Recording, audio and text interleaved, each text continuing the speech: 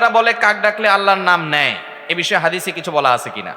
কাক কেন, যত সৃষ্টি আল্লাহ তাআলার আছে, আল্লাহ কোরআনে বলেছেন ইম্মিন শাইইন ইল্লা ইউসাব্বিহু বিহামদি ওয়া ইম্মিন শাইইন ইল্লা ইউসাব্বিহু বিহামদি।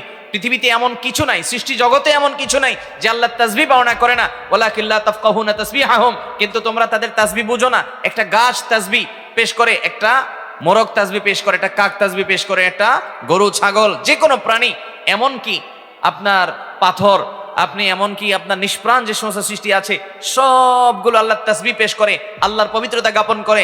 তার পবিত্রতা জ্ঞাপনের ভাষা কি এটা আমরা বুঝি না। আল্লাহ তাআলা কোরআনে বলেছেন, এজন্য কাক কেন, সব পশু পাখি আল্লাহর তাসবিহ পালন করে। কিন্তু তাই বলে আমি না বুঝে আন্দাজে ব্যাখ্যা করব না। অনেকে দেখবেন বলে যে মুরগি বলে কুক্কুরু কুক, আসলে সে বলে আল্লাহু আল্লাহ। এইরকম আজগুবি কথা বলা যাবে না যে মুরগি কেন কি জিকির করতেছে, না আসলে সে ডাক দিচ্ছে।